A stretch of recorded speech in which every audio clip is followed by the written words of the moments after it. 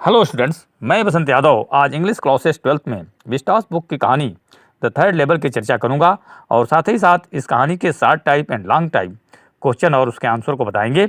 इस कहानी के मुख्य विषय के बारे में थोड़ा बताऊंगा, इसे ध्यान से देखें और समझें। थर्ड लेवल अमेरिकी लेखक जैक फिने द्वारा लिखा गया है, जो 1911 में पैदा हुए थे और एक फेमस विज्ञान कथा लेखक थे। इस पाठ में 1950 के न्यूयॉर्क की पृष्ठभूमि है, जहां सफलता पाने की दौड़ में लोगों में डर और चिंता भरी हुई है, जबकि 1890 में सब कुछ खूबसूरत, हर्षित और शांतपूर्ण था। कहानी चार्ली द्वारा सुनाई गई है, जो न्यूयॉर्क में ग्रैंड सेंट्रल स्टेशन के थर्ड लेवल तक पहुंचने का दावा करते हैं, पर वह थर्ड लेवल वास्तव में है ही नहीं। इस कहानी में आपको पता चलेगा कि उसने वहां जाने का दावा क्यों किया, थर्ड लेवल कैसा था और क्या वह दोबारा कभी वहां गया कि नहीं। इस कहानी का मुख्य पात्र चार्ली है, जो कि इस आधुनिक भय और तनाव से भरी दुनिया से बचने के लिए अपनी कल्पना की सहारा लेता है। Let's begin. The third level, जिसे जैक फिने ने लिखा है, वास्तविकता के साथ कल्पना करता है, वर्तमान जीवन की कठोर वास्तविकताओं से बचकर निकलना मनुष्य की इच्छा के बारे में भी। चार्ली, हालांकि वह इसे स्वीकार नहीं करता है, अतीत में जाना चाहता है क्योंकि वह दुखी है।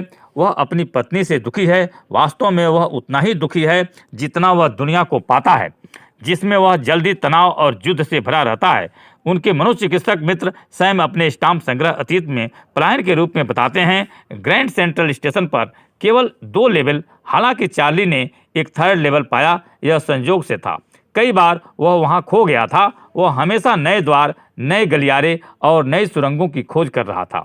उन्होंने सोचना शुरू कर दिया था कि ग्रैंड सेंट्रल हमेशा एक विशाल ट्री की जड़ों की तरह सुरंगों और नए गलियारों को बाहर ढकेल रहा। उसने अपना रास्ता खो दिया और खुद को थर्ड लेवल पर पाया। यह लेवल पूरी तरह से अलग और पुराने जमाने का था। लोकोमोटिव, पीतल के चम्मच और नग्न गैस लाइट पिछली शताब्दी के थे। वह अपने सपनों के शहर गैल्सबर्ग से भागने की इच्छा रखता था, हालांकि वह लगभग गिरफ्तार कर लिया गया था। किराया देने के लिए उसने जो पैसा दिया वह उन दिनों के इस्तेमाल से अलग था। बुकिंग क्लर्क ने सोचा कि वह धोखा दे रहा है। इस प्रकार चार्ली वर्तमान में भाग गया। उन्होंने फिर कभी थर्ड लेवल नहीं पाया, हालांकि उनके मनोचिकित्सक मित्र जो यह नहीं मानते थे कि थर्ड लेवल का अस्तित्व था, उन्होंने इसे पाया और 1894 के गेलिसबर्ग में भाग गए। न्यूयॉर्क में ग्रैंड सेंट्रल स्टेशन के 2 लेवल हैं। बहरहाल 4 साल के शहर के निवासी चार्ली ने बातचीत के थर्ड लेवल पर मौजूद है। इसके अलावा वह दावा करता है कि वह वहां मौजूद इस समस्या के बारे में बात करने के लिए वह एक मनोचिकित्सक मित्र से मिलने जाता है। वह इसे चलने का सपना पूरा करना कहते हैं और चार्ली की मनोविज्ञान को यह कहकर समझाते हैं कि आधुनिक दुनिया भय, असुरक्षा, युद्ध और चिंता से भरी है और हर कोई वास्तविकता से कुछ अस्थायी शरण में भागना चाहता है। उसके लिए स्टाम्प कलेक्शन जैसे शौक इस पलायन का सूचक है। कई बार ग्रांड सेंट्रल स्टेशन चार्ली के लिए एक भूल भुलैया की तरह लगता है। मेट्रो लेते समय पहले वह 1-2 बार रास्ता भटक गया था। एक बार उन्होंने रूजवेल्ट होटल की लॉबी में प्रवेश किया, जबकि दूसरी बार वह एक कार्यालय की इमारत में दिखाई दिया जो 3 ब्लॉक दूर थी। हालांकि इस बार वह अपना रास्ता खो देता है और कुछ अनोखा होता है। चार्ली ने थर्ड लेवल का दौरा किया। मुख्य दालान में चार्ली नीचे घूमता रहता है, बाएं मुड़ता है और नीचे की ओर ढलान लेता है, जब तक कि वह एक वास्तुशिल्प रूप से पुराने स्टेशन को नहीं छू लेता है, जो 2 परिचित अस्त्रों से पूरी तरह से अलग है। इसके अलावा कम टिकट काउंटर और ट्रेन गेट्स, एक लकड़ी की सूचना बूथ, खुली लौ गैस लाइट्स और पीतल की गिट्टियों के साथ यह पुराना छोटा कमरा, यह सब उन्हें 1800 के दशक की वास्तुकला की याद दिलाता है। इसके अलावा वह लोगों को पुराने आउटफिट में देखता है। जब उन्होंने समाचार पत्र नोटिस द वर्ल्ड में तारीख देखी तो उन्हें 11 जून 1894 दिखाई दिया। जब वो 2 टिकट खरीदने की कोशिश करते हैं तो उन्हें पता चलता है कि उन्हें पुरानी मुद्रा की आवश्यकता। हमेशा अपनी पत्नी लुइसा के साथ गैल्सबर्ग की यात्रा करना चाहते हैं। उसके सिर पे यह एक अद्भुत शहर है, जिसमें बड़े पुराने फ्रेम हाउस, विशाल लॉन और जबरदस्त पेड़ हैं।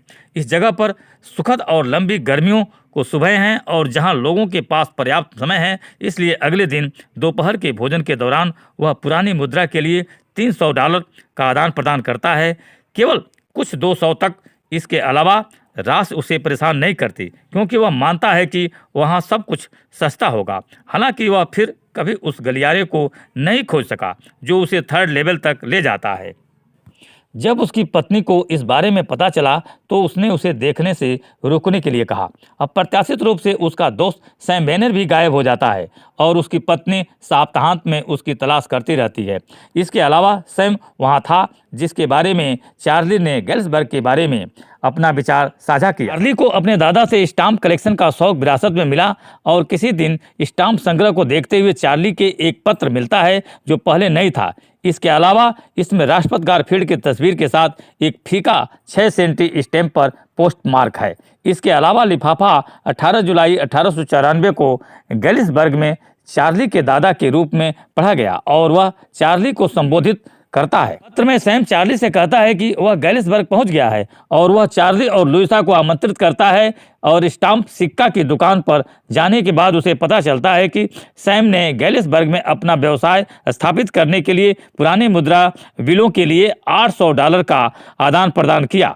इसके अलावा सैम चार्ली के मनोचिकित्सक के अलावा और कोई नहीं था। थर्ड लेवल को माध्यम से लेखक आधुनिक दुनिया से शांतिपूर्ण और काफी पुराने समय तक भागना चाहता है। इसी क्रम में शॉर्ट आंसर टाइप क्वेश्चन देखें। What was the third level, where was it situated? Answer, the third level refers to the subway of Grand Central Station in Newark, though this third level was not present there physically, but Charlie claimed it to be present there. The third level was at Grand Central Station in Newark. इसी क्रम को जारी रखते हुए long answer type question देखें। Who was Sam Weiner? Where was he disappeared? What did he write in his letter to Charlie? Answer, Sam Weiner was a psychiatrist friend of Charlie. He was a competent doctor. He himself is an escapist and lost in the third level. At last, Sam letters to Charlie proves the Sam has found and reached to the third level.